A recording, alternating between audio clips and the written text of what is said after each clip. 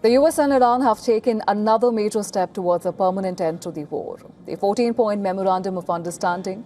It has been signed, but the agreement excludes a major player in the conflict, Israel. Now, reports indicate that Israel was kept entirely out of the negotiations, and now the text of the deal does not mention the country at all.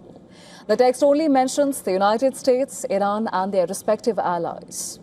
Reports citing Israeli government officials claim that Prime Minister Netanyahu was not even shown a draft of the agreement. In fact, even after President Trump announced the signing, sources told NBC News that Israel still had not seen the draft. Meanwhile, Trump explicitly insisted that he had given a copy of the MOU to Israel, while simultaneously launching a fresh criticism of Israeli actions in Lebanon. And we did send a copy to Israel, by the way. They've been a good partner. Again, I think they could do better with respect to Hezbollah. I'm not saying they shouldn't protect themselves. I'm saying when two drones are shot into the desert and drop harmlessly, you don't have to knock down buildings in Beirut. They could behave better. And frankly, they could do a better job. I love them as a partner. They were terrific. But they could do a much better job with Hezbollah. On that, I don't think they're doing well. And I feel very bad for... Well, Trump was even more pointed at the G7 summit, claiming that without him, there would be no Israel. Days earlier, Trump had called Netanyahu crazy and used an expletive to describe his poor judgment because he ordered a strike in Beirut that nearly scuttled the deal. Without us, without the United States, there would be no Israel. Without me, there would be no Israel, because no other president was willing to do what I did. I've had a great relationship with Bibi, but now Bibi has to be more responsible with respect to Lebanon. For Netanyahu, the political stakes are high. Elections are just 4 months away. Domestic pressure is rising. Netanyahu had promised the Israeli public total victory in Iran. Any perception of compromise now, it carries greater risk. The issue of greatest concern for the Prime Minister is Lebanon. The MOU states that the ceasefire includes the fighting between Israel and Hezbollah and mandates that Israel withdraw from Lebanon under any final deal. However, Israel has repeatedly refused to pull back its forces. According to Axios, Netanyahu-aligned media outlets, they've already begun attacking Trump and his team. One primetime host on Channel 14 insulted U.S. Vice President J.D. Vance and used an intense slur to accuse Trump's envoys, Steve Witkoff and Jared Kushner, of selling out Israel for financial gain. Netanyahu himself has so far refrained from criticizing the deal or Trump directly. Instead, he is claiming that Israel's core objectives have been achieved and that he saved the nation from total annihilation.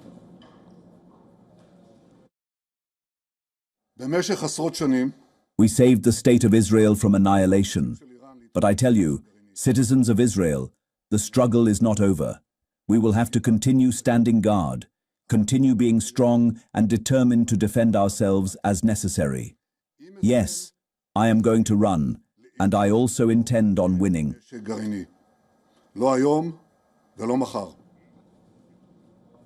But despite these claims, Netanyahu must now face the voters' judgment on his handling of the war. Perhaps the bigger question is, will he risk his relationship with Trump to stand against the deal?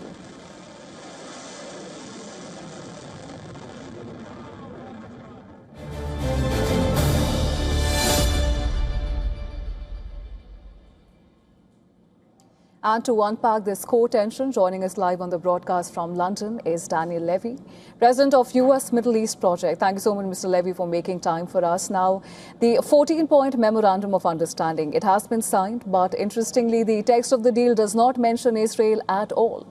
It only mentions the United States, Iran, and their respective allies. Do you think Israel has been cut out of the Iran-US deal? Well, good to be with you, Diksha. I think the Americans belatedly came to a realization that if they want a deal, and clearly Trump feels stuck in this war, the war has not achieved its aims, it's not gone well, let's say. Israel pulled the Americans into this war. It's something Netanyahu has tried to do for decades. He finally found an American president who fell for it, if you like. That if they want to bring this to an end, then Israel's talking points, Israel's red lines for an agreement are not achievable. And so the US had a choice to make. Either we carry on with this war, which is at a dead end, with no clear way of asserting itself, of achieving the things that they stated, or they negotiate on American terms, not Israeli terms. So in that respect, yes, this is a deal that, unusually for things America do in the region, was not written in Tel Aviv or Jerusalem, but was actually negotiated between the parties with the very intense mediation. I think in this case, especially of Qatar, there are other mediators, as you know, that's Pakistan, who've kind of taken a lead in talking between the parties. But this is very unusual also, Diksha. Israel lives in a world where it likes to think of there's Iran and its proxies, and then there's the good guys, America and Israel. This is simply said the parties and their respective allies. So it's elevated an acknowledged reality in terms of the Iranian allies, and that America has to control Israel and Iran has to control those parties that it is close to. That is not a place Netanyahu or Israel envisaged being when in late February they got this war to be launched, and it's not a happy place for them. Right, and reports citing Israeli government officials, they claim that Prime Minister Netanyahu was not even shown a draft of the agreement. Now, we know that Netanyahu has spent years arguing that any agreement leaving Iran's regime intact, it merely postpones the problem. And if this deal stops short of dismantling Iran's strategic capabilities, why do you think Israel would even accept it? Well, there's one very simple and basic point in terms of Israel's acceptance of the deal, Diksha, which is Israel is heavily dependent on the US. Israel, whether it comes to weapons supplies, whether it comes to international diplomatic support, economic support, political support, Israel has gone an awfully long way on a journey to isolating itself. It's true that it has managed to create certain important relations, India being one of them, by the way, that have, to a certain extent, offset that. But Israel's dependence on the US, the leverage the US has on Israel, means that should Trump insist on Israel not being a spoiler, he has the levers to see that through. And I think the question today is, where will that go? We're a day away from the signing. Let's assume that goes smoothly. There's then 60 days, according to this MOU, to negotiate what happens next. 60 days, as you know, it's an eternity in life, in international politics, in geopolitics. Plenty of opportunities for Netanyahu, also, as you mentioned previously, in an election campaign, to test how far he can play in the American system, undermine this, use the various tools at his disposal, and crucially, how far this frustration that we've heard vented from President Trump over the last days, and some of the expletives he has used, how far that will translate into an American president actually being willing to stare down an Israeli prime minister, or can Netanyahu pull this back the other way?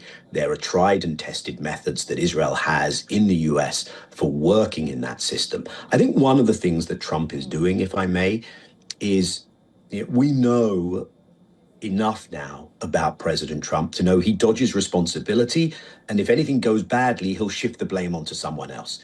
In a way, I think what we're seeing here is a playbook where Trump is saying, hey, it's all that guy's fault. He's not saying it so bluntly, but he knows that there's a pro-Israel echo chamber that is now furious at Trump, and it's doing a lot of that work for him. That is all very uncomfortable for Israel. But will Trump sustain that? Or will he be pulled back in? Will the pro-Israel influencers in the DC bubble, will they be successful in tamping down this anger and in pulling Trump back in the other direction? Right. That is the game that will play out in the next days, weeks, and months. Absolutely, Mr. Levy, and those are all very fair points. And building on what you just said, now, we understand that Lebanon remains a sticking point, and Iran has repeatedly linked regional calm to Israeli restraint against Hezbollah. But given the reports of Israel's alleged exclusion from the deal, And if it does indeed hand Netanyahu, the shorter end of the stick after this deeply unpopular war in Iran, do you think there's a possibility that Netanyahu would perhaps risk his relationship with Trump to stand against the deal? Well, you've really got to the nub of the horns of the dilemma that Netanyahu is now on. One has to understand that in Israel, there is an opposition that is strong at being against Netanyahu, the person, but very weak at offering alternative positions. So most of the opposition that Netanyahu will face in the election is attacking him for precisely that, not being sufficiently robust in challenging Trump, in finishing the job in Lebanon, in failing to finish the job elsewhere. Netanyahu, I think, will initially just test, can he get his way without going further into a frictional, into a clash with Trump? That's not a good look for an Israeli prime minister going into an election, especially since, very unusually in the world we live in, Diksha, Trump is popular in Israel. Not as popular as he was a week ago, by the way, but still he's very popular. He doesn't have the unpopularity that he has elsewhere in the world. So in Lebanon, Netanyahu knows that the Israeli military is still deep inside Lebanese sovereign territory. Even today, as we speak, they're carrying out military operations. They're still displacing and clearing Lebanese civilians from their homes, their towns, their villages. Will Israel say, well, Mr. President, we at least have to stay here? And will they manage to get the president to align with them on that? Or will he actually force through an Israeli withdrawal? If Israel, as it did after the last ceasefire, and as it's done in Gaza with the Palestinians, actually stays inside Lebanese sovereign territory, maintains an occupation, then this could be the way for the deal to unravel. The other playbook Netanyahu may use is he may say, Mr. President, I'm going to make sure this works for you. Now, what are you going to give me? Which sounds strange to us, right? What do you mean? Why should I owe you anything? You're the guys who pulled me into this. You're the guys who've almost undone the deal before it started. But in Israeli-American terms, that sentence would make sense to some. And so Netanyahu will say, give me something in return. Let me do more in Gaza. Let me do more in the West Bank. Maybe you come and support my election campaign. And that's the other call that has to be made both in Jerusalem and Washington, D.C., and especially in Washington, D.C. Trump knows how to intervene and interfere in other countries' politics. Will he do so in favor of Netanyahu? Will he do so in favor of other candidates? Or will he sit back and see how this plays out? All of that is what's going to be tested. Right, and if we can just recall how, this war was started, where United States and Israel, they were pretty confident of having a definitive victory here. But now what we have is, well, Netanyahu and Trump, both of them are under immense pressure, and it seems that their, objectives and their idea of victory, it's no longer mutually inclusive. In fact, not many days ago, Trump had called Netanyahu crazy, and as we discussed, he used expletives to describe his poor judgment because he ordered a strike in Beirut that nearly scuttled the deal. But now, Netanyahu-aligned media outlets, they have already begun attacking Trump and his team. In fact, one primetime host insulted Vice President J.D. Vance and, and accused the Trump envoy, Steve Witkoff and Jared Kushner, of selling out Israel for financial gains. Now, what I'm curious to understand from you, Mr. Levy, is that are we perhaps witnessing the first signs of this, alliance going through a very public fallout? And that is what I think it's premature. I know people are jumping to draw that conclusion, and I understand why. And these are very tense moments. I would urge you and your viewers to take caution in that respect. I think it's premature to make that designation. Israel has a very strong camp inside the Republican Party, inside the American political ferment. It knows how to work that system. It's a past master at doing so. You mentioned that interview with J.D. Vance, the vice president. Pro-Israel forces are in the midst of buying up a significant chunk of not only legacy American media. The Ellison family bought CBS, Warner's, they've now bought CNN, but also new media. They've bought TikTok. They know how to work that system. So I think it's premature to say that what we have known in the past is now going to fundamentally change. But what you do have is, it seems, a change in the balance of power in that fight that you will be aware of inside MAGA. that is it America first or is it Israel first? And the America first guys felt they were in the ascendancy, that they had carried the day with this war.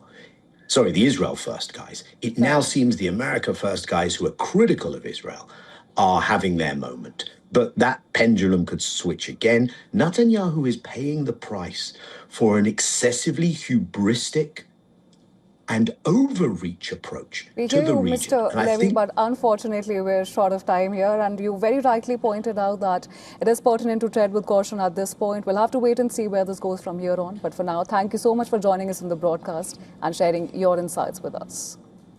thank you, Diksha.